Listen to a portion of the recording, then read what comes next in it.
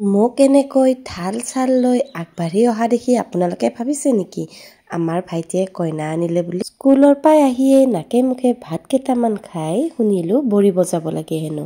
এতিয়া আহকচোন আপোনালোকক দেখাও কাক বৰিলো আজি আমি। ভাল লগা ক্ষণবোৰ স্মৃতি হিচাপে ৰাখিবলৈ আজিকালি কেমেৰাত বন্দী কৰি ৰাখোঁ। সেইয়া দূৰত আপোনালোকে দেখিছেনে গাড়ী এখন আহিছে। কোনো দৰা কইনা আহিছে চাও আহকচোন। আৰু এয়া মোক চাওক, মোক শিকাই আছে কেনেকৈ বৰিব লাগে। মায়ে আগুৱাই গৈ পানী ছটিয়ালেই। এতিয়া ময়ো আহিছোঁ পূজা কৰিবলৈ। আচলতে আমাৰ মাজুমাহঁতৰ ঘৰলৈ এখন নতুন সম্পদ আহিলে আৰু তাৰ বাবে আমি সকলোৱে গাড়ীখন বৰিবলৈ আহিছিলোঁ। দীৰ্ঘদিন বাহিৰত থকাৰ অন্তত দাদা ঘৰলৈকে ঘূৰি আহিলে আৰু আহিয়েই গাড়ী এখন কিনিলে। এতিয়াৰে পৰা যদি তামোলপুৰবাসীক কাৰোবাৰ গাড়ীখনৰ প্ৰয়োজন হয় আমাক কণ্টেক্ট কৰিব।